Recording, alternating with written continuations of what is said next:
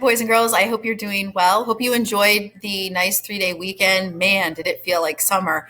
I'm not going to lie to you, it was a little difficult even today, which is Tuesday that I'm recording this. It doesn't feel like it's still school time, but it is. Here we are. So I just wanted to update you on what I need you to work on this week.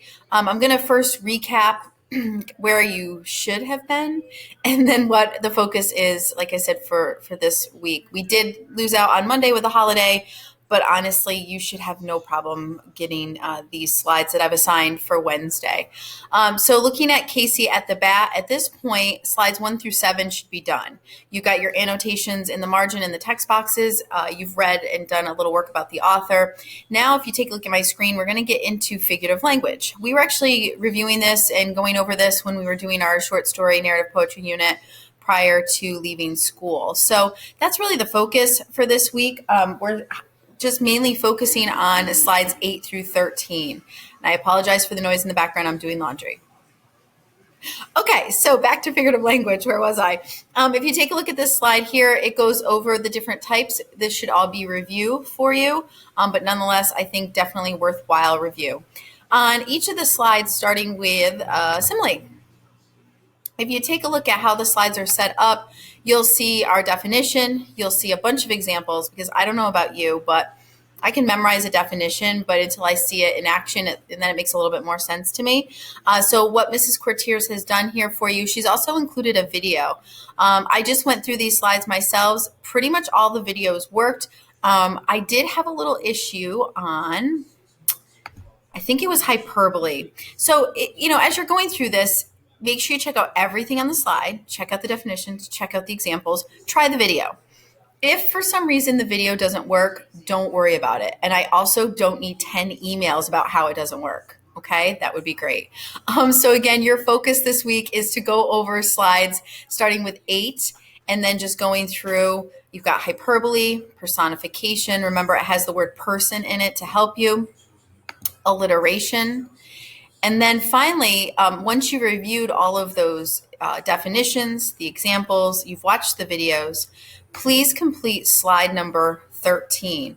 If you look at the directions, it says move the tiles below so that they match up with the sentence that they correctly describe. So you're literally going to pick up the literary term, the figurative language term, and you're just going to click and drag it to where you think it belongs next to the definition. That's really all I'm asking you to do this week. So like I said, I know we missed out on instruction on Monday, but I do think that you can easily complete slides 8 through 13 this week, hopefully on Wednesday. You will have until the following Monday, though, to have them completed, just so you can stick with our schedule. So that's the major instruction this week for ELA with Casey at the bat. The only other thing I just want to remind you of, don't forget that on Friday, I'll be posting our Google Meet times for Monday. We'll be back to that next week. I would like to touch base with you about how you're doing with Casey at the bat, just to get your feedback. So make sure you have your Hyperdoc open. If you join me for our ELA Google Meet Monday morning, I'll start those at 9 a.m.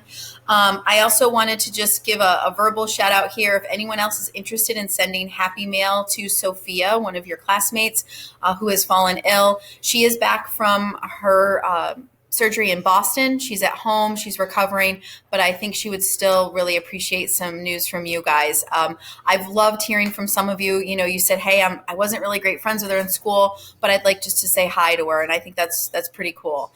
And the only other thing I wanted to show you, I actually have been putting my phone in my other room, turning on some music and sitting outside now that the weather has gotten nicer. And I finished 2 books.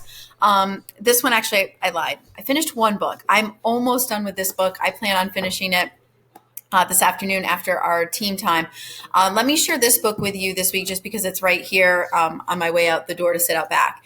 It's called The Running Dream. It's by the same author. Some of you might have remembered or you've seen the book Flipped. I'm going to get that in the closer. It's the book with a little chickie that's upside down. It's the same author. I can't even begin to pronounce her name. I will hack it up. This book, oh my gosh, we had 2 copies of it in the back of our classroom. So when I was in last week, I grabbed one because I brought home a bunch of independent reading books for the summer. And I did all this weekend. It's so good. Chapters are short. Any of my athletes, even if you're not a runner, if you're the type of kid that you want to be active all the time, putting yourself in this girl, the main character's situation, oh my gosh, it's crazy. So I would highly recommend The Running Dream. It's a great story, and I'm kind of curious to see how it finishes up. I hope you guys are doing well. I'm going to pause this now before my wash machine spins out of control, and then you definitely won't be able to hear me. But I hope you guys are well. I will talk to you soon. Bye.